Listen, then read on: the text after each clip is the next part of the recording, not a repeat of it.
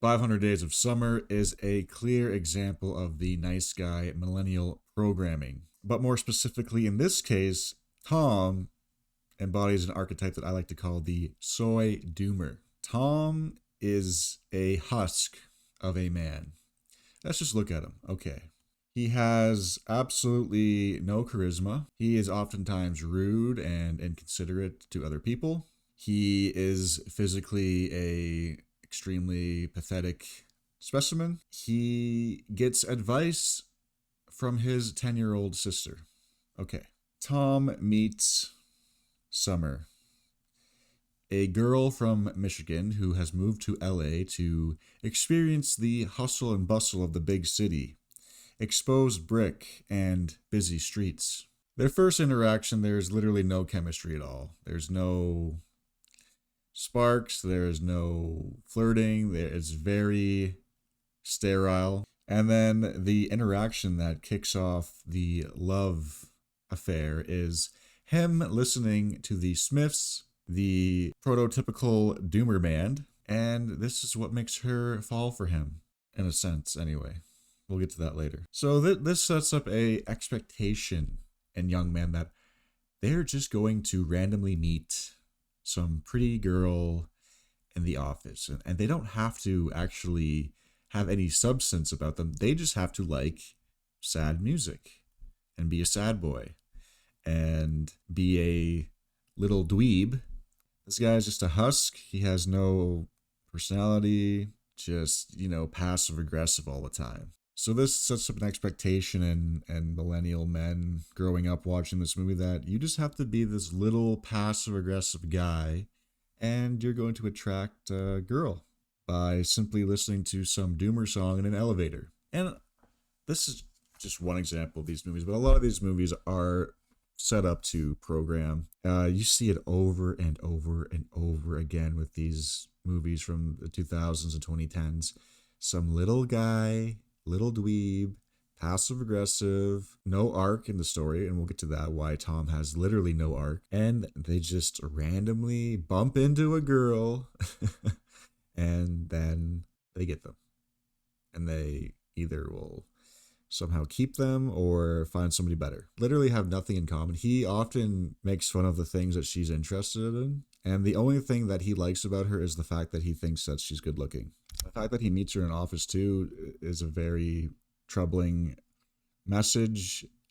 It's not ideal to meet a girl in an office environment, and the fact that it's just like, yeah, you'll just find a corporate job, and the corporate job will supply you with your girlfriend. There's a lot of massive pro-corporate messaging in this movie too.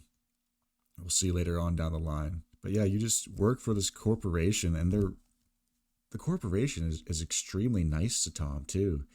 Like, he doesn't do anything at work. He often talks back to his boss, and they just love him and pamper him. And at the end, he doesn't even get fired. He just quits. There is just some like massive softballing of corporate culture in this movie that, it's going to supply you with not only a wage, but a love of your life. So go work in the office for somebody else. And Tom is also surrounded by like-minded individuals. These soy types who are passive-aggressive, don't really have anything to bring to the table. They're not funny, they're not witty, they're not intellectual, they're just quippy and sassy. In fact, every man in this movie is either portrayed as sassy or nice, like the boss is super nice to him for no real reason, even though he's not even working. And the only guy who has any other type of personality is the male manipulator in the bar who punches him out, which is probably the best part of the movie, by the way. So they go to a work function and they do karaoke and get drunk, because that's how you have to relate to each other. You have to go to a bar and you have to get drunk, and that's the only way you can relate to another human being. And at this bar, he friend zones himself.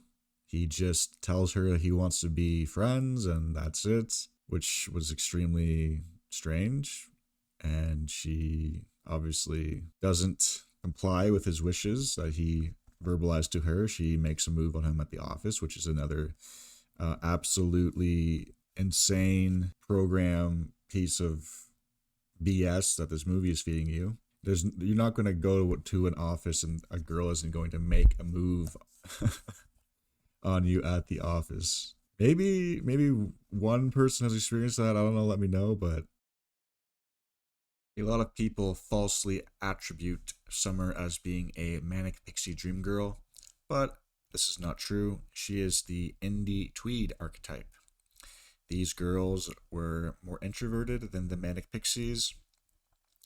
They had some like 60s mod style to their appearance, and they were more into like the art type stuff.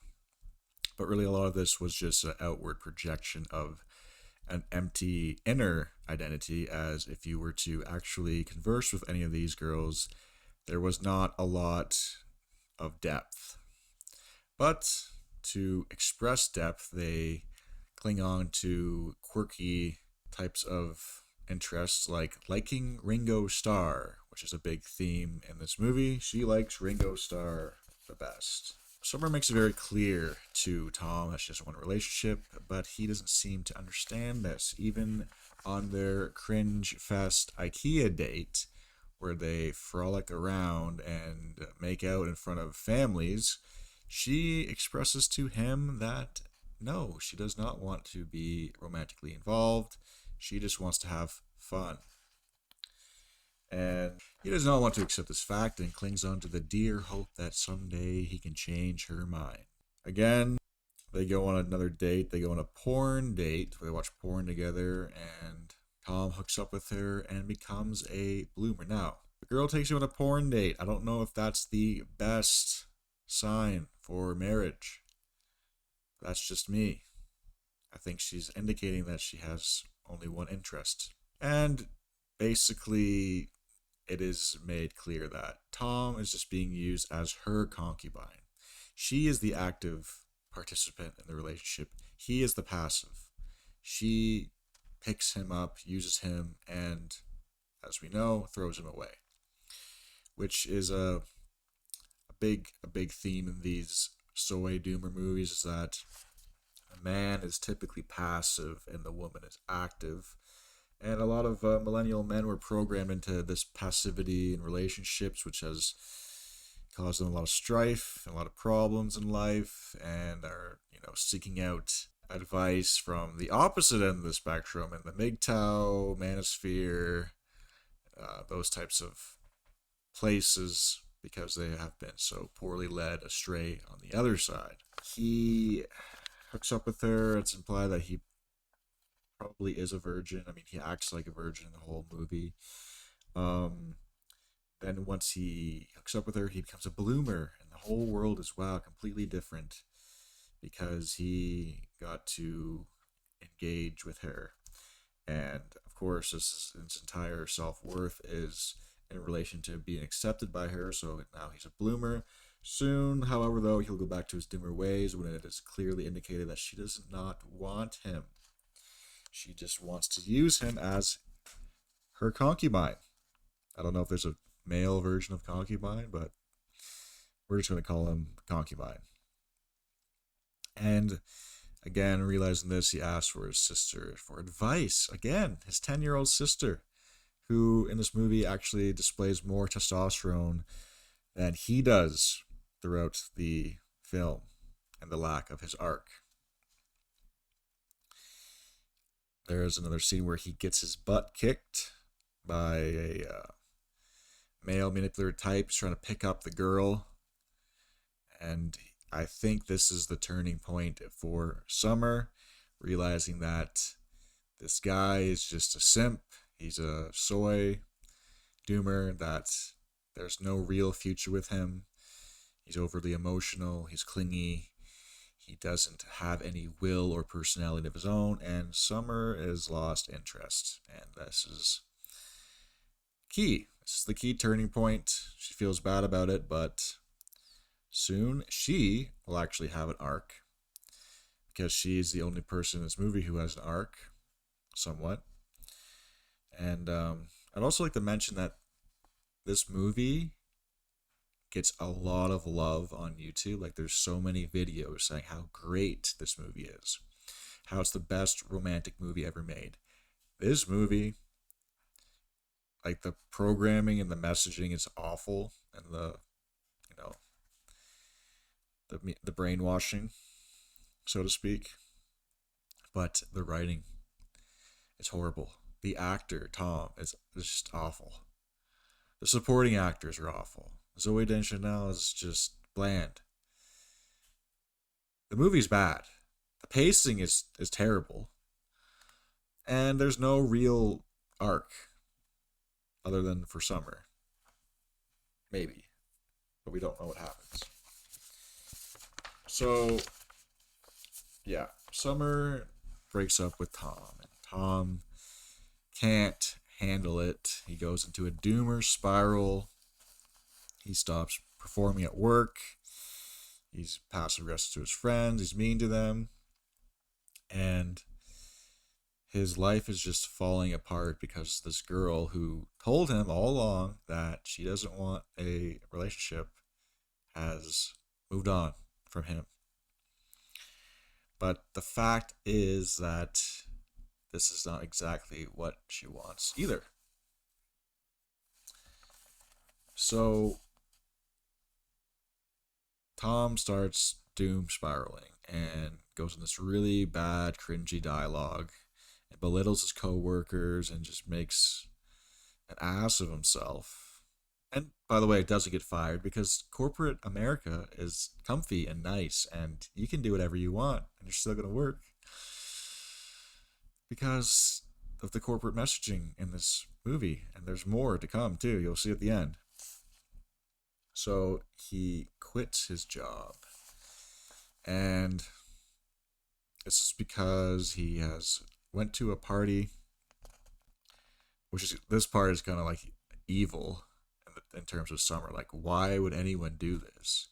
She invites him to basically her engagement party with her new man that she's marrying, and obviously this like crushes Tom into oblivion because she found somebody who she actually likes in terms of a long-term commitment.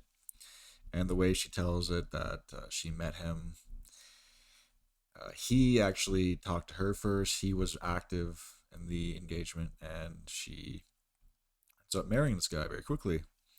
And this causes Tom to just not understand why he, thought that it was her not wanting to be in a relationship, but in fact the matter was that because he was such a weak soy doomer that no woman would actually want to marry him at that point in his life.